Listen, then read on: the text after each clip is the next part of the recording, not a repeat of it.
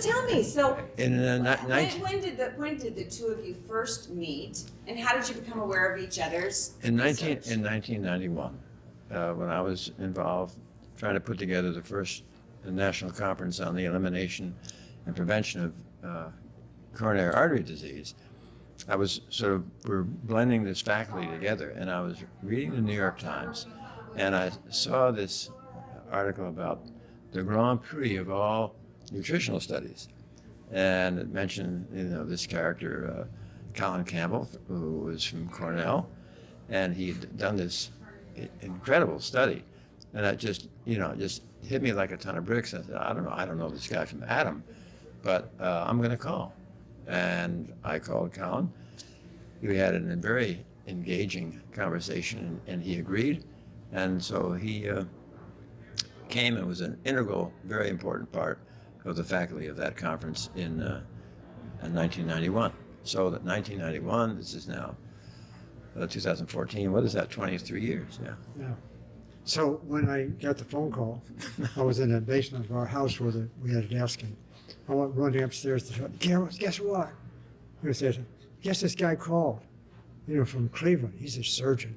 He did this, he did that. So he wants me to come out and speak at his conference. That's what I did. I guess I spoke out there, didn't I? Oh, yeah. I know I was there. It was wonderful. And I remember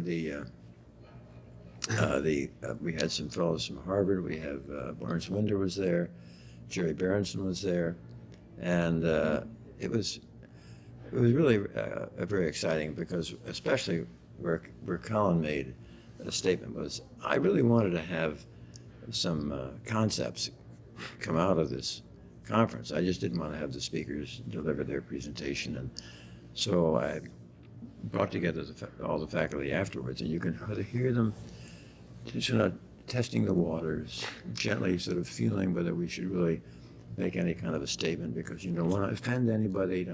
But even then, the data was pretty hard. Oh, Ornish was there as well. So finally, after you could hear this group sort of tiptoeing around, And groaning. Colin just said, oh, enough's enough. And he just absolutely went out right solidly onto a statement which is an enduring package from that conference, yes.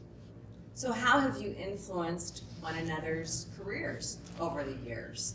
Oh, the way I've looked at it, and I've mentioned this, I think, too, on the film, Force of an Eyes. I came to this just for, playing with some data, some findings, and stuff like this.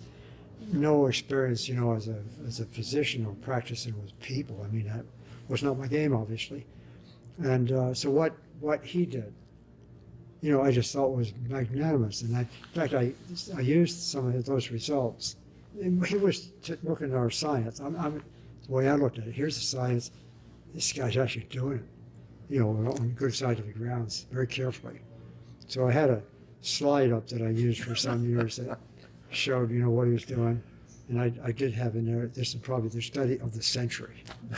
Because in nutrition, we're always arguing, we've been arguing all my career basically about, whether fat or animal foods or something had something to do with heart disease in particular. And all of my professors and colleagues were just putting that idea down.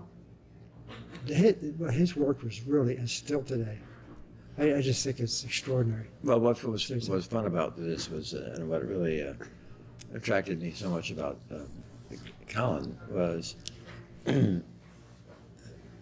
I knew that I was swimming against the tide, but to me, that was part of the excitement about being in this, what I keep calling a seismic revolution.